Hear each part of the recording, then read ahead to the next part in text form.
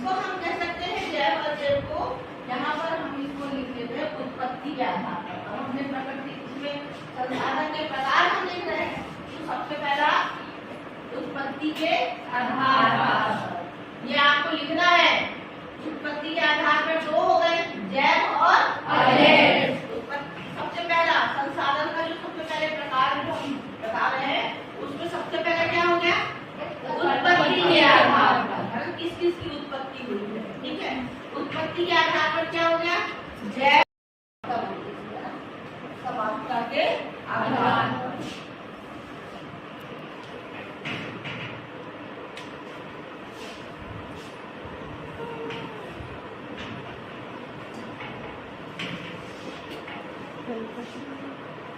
ठीक है। अब इसमें इसके भी दो भाग हैं। इसके समाप्ति के आधार पर भी दो भाग हैं, नवीकरणी और आनीकरण। इसके भी दो भाग हो गए, क्या हो गया? नवीकरणी और ठीक है। नवीकरणी ऐसा संसाधन जिसका प्रयोग हम बार बार कर सकते हैं। अभी क्लोज कर दें। अब क्या ऐसा संसाधन जिसका हम प्रयोग क्या कर रहे हैं? बार बार कर रहे हैं, मगर वो खत्म नहीं हो रहा। ऐसे संसाधन को कौन सा संसाधन कहेंगे? ठीक है। अब उसके बाद हम उस तरफ आ गए अनवीकरणीय, जिस ऐसा संसाधन जिसके बाद हमने एक बार उसको उपयोग करे और वो वहीं पर समाप्त हो गया। क्या होगा वो? क्या होगा?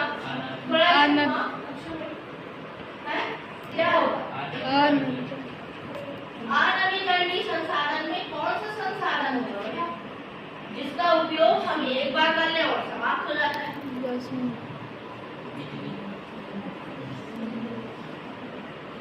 बिजली कैसे समाप्त होगी?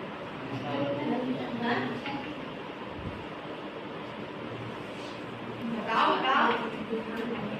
खाना भी, भोजन भी अगर हमने एक बार बनाए तो वो वहीं पर फिर। और क्या है? यहाँ से महेंद्र गया, पेट्रोल भराया, 1 लीटर पेट्रोल भराया गाड़ी में और चले गए कहाँ? पनागर। ठीक है। फिर पनागर से लौट के आए, वापस आ जाएगा। क्यों? वापस आएगा वो पेट्रोल किसके पास आ जाएगा?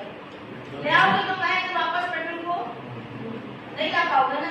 तो ऐसी चीजें जो एक बार प्रयोग करने के बाद कभी दोबारा वापस नहीं आना, उसको हम कौन सा संसाधन बोलेंगे?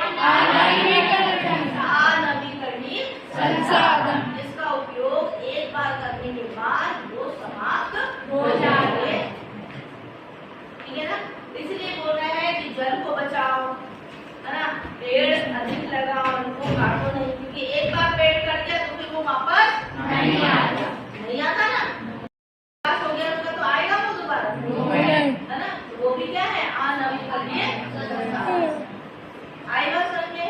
नवीकरणीय इसका हम प्रयोग बार बार कर सकते हैं। अनवीकरणीय एक बार प्रयोग करने के बाद वो हमेशा के लिए समाप्त हो जाए। ठीक है। तो हमने दो पढ़ लिए, उत्पत्ति के आधार पर जैव अजैव, उत्पत्ति के आधार पर जैव अजैव और समतापता के आधार पर नवीकरणीय।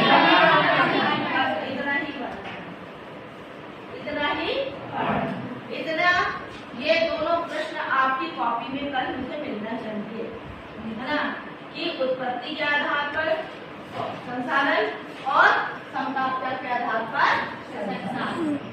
आई बात समझे? अब ये बताओ, अब रखो बेटा, संसाधन का प्रकार में विभाजित किया तो प्राकृतिक और अप्राकृतिक। और अब प्राकृतिक में हमको प्रकृति ने कौन कौन सी चीजें दी? हवा, है ना, जल, पेड़ पौधे, धरातल, वायुमंडल, ये सब क्या है? प्रकृति ने फ्री में दे दिया, है ना। अप्राकृतिक में मकान, घर, सड़कें, है ना, तालाब, जो हम मनुष्य ने निर्मित किया है, वो सब क्या होंगे? ठीक है।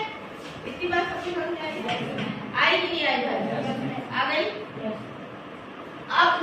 बाद। पहला